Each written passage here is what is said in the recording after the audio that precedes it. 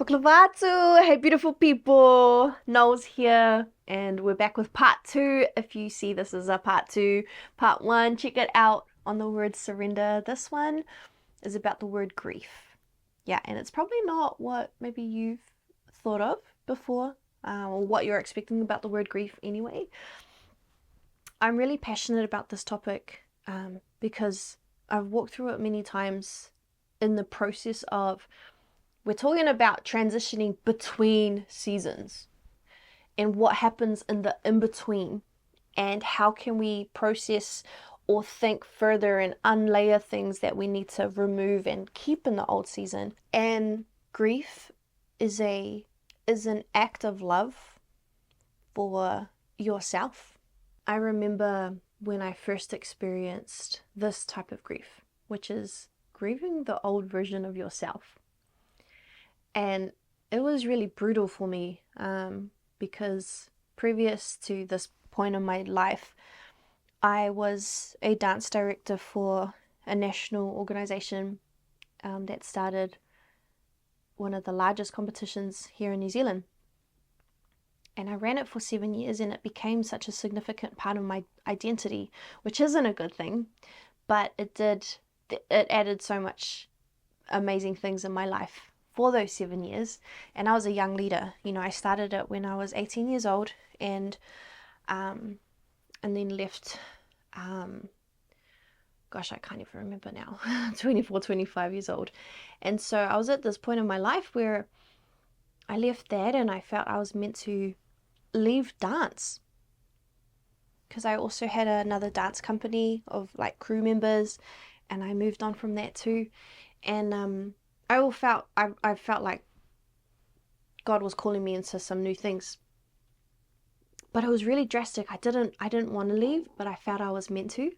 So it was this huge tug. Anyway, the in-between, which is what this whole thing is about.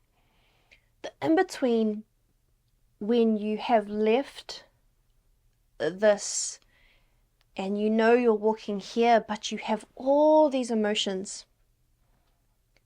One of the many things I dealt with in this time was, but I was meant to be this.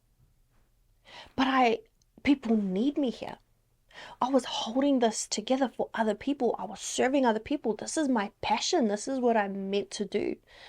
But I also felt this huge tug to this new season. And so I was feeling quite pulled,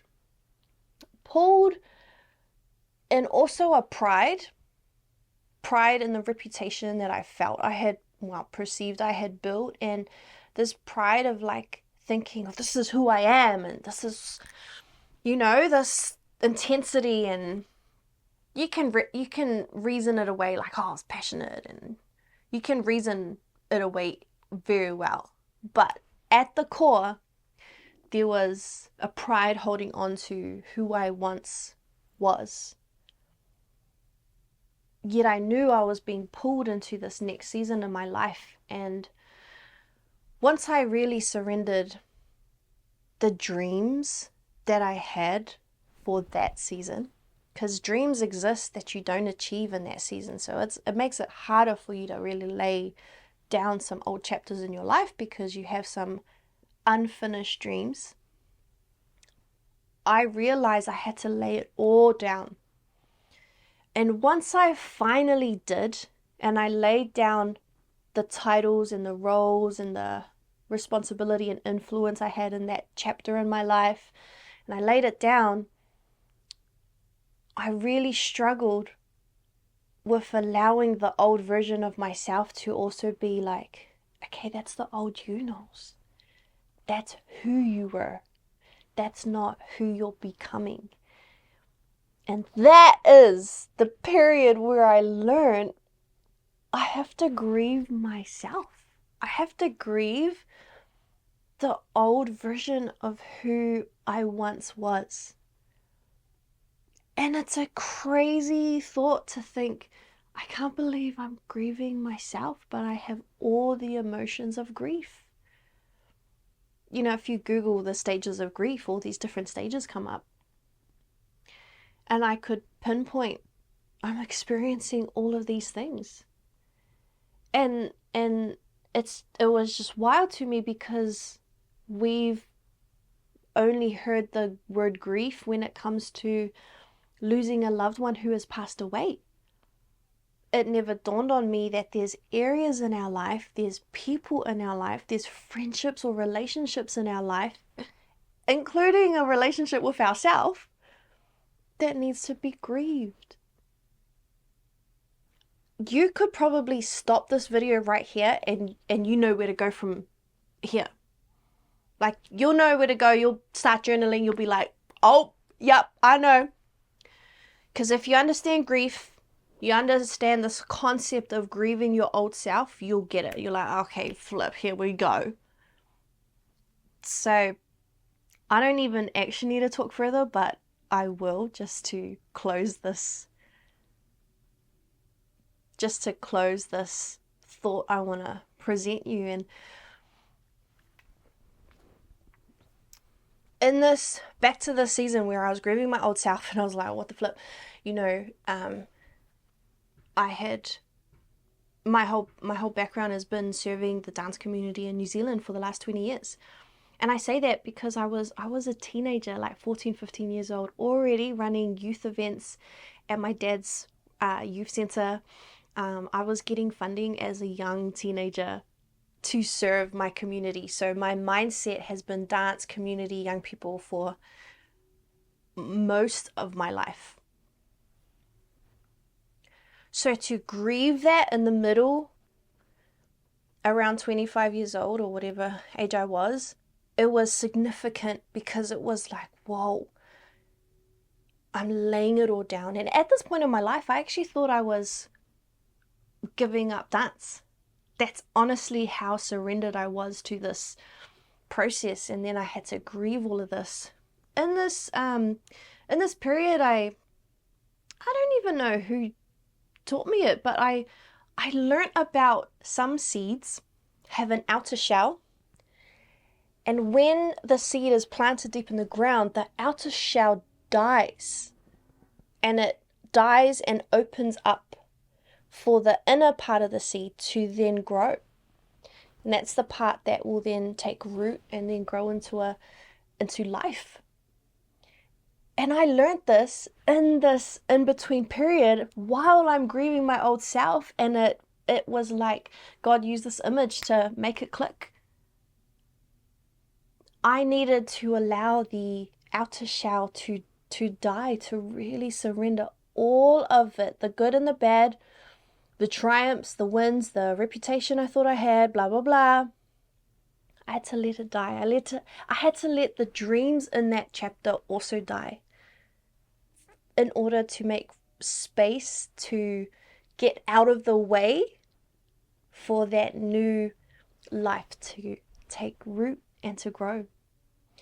And it was such a raw period in my life. I think I took a good 2 years to recover from the burnout of that chapter, from the really terrible experiences I experienced in that period as a leader.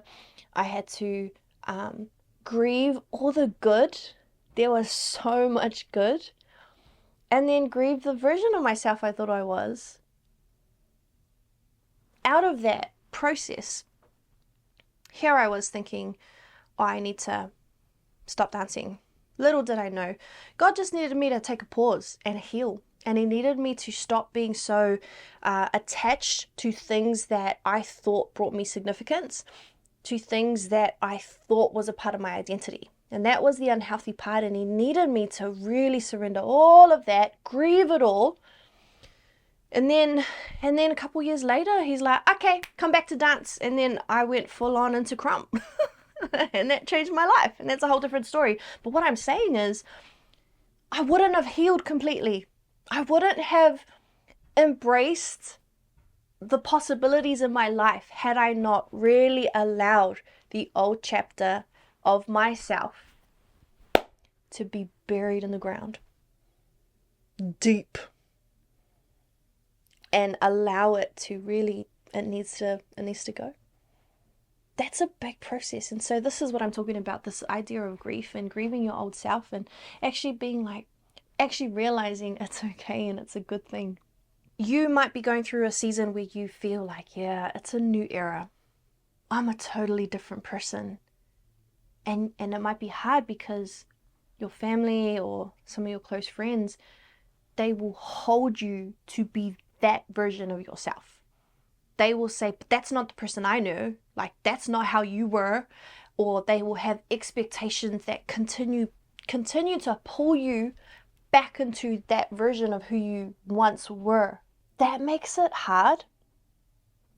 And you have to have grit and resilience in this period where you can recognize, firstly, for yourself, and take courage that you are in this becoming.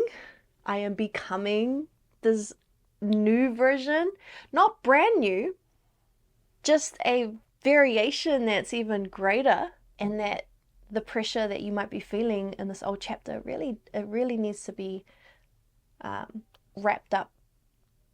And it is difficult. Some of you will feel like, yeah, this is really hard. I don't know how to pull away from the people that expect me to be this when I know deep down I'm meant to be over here.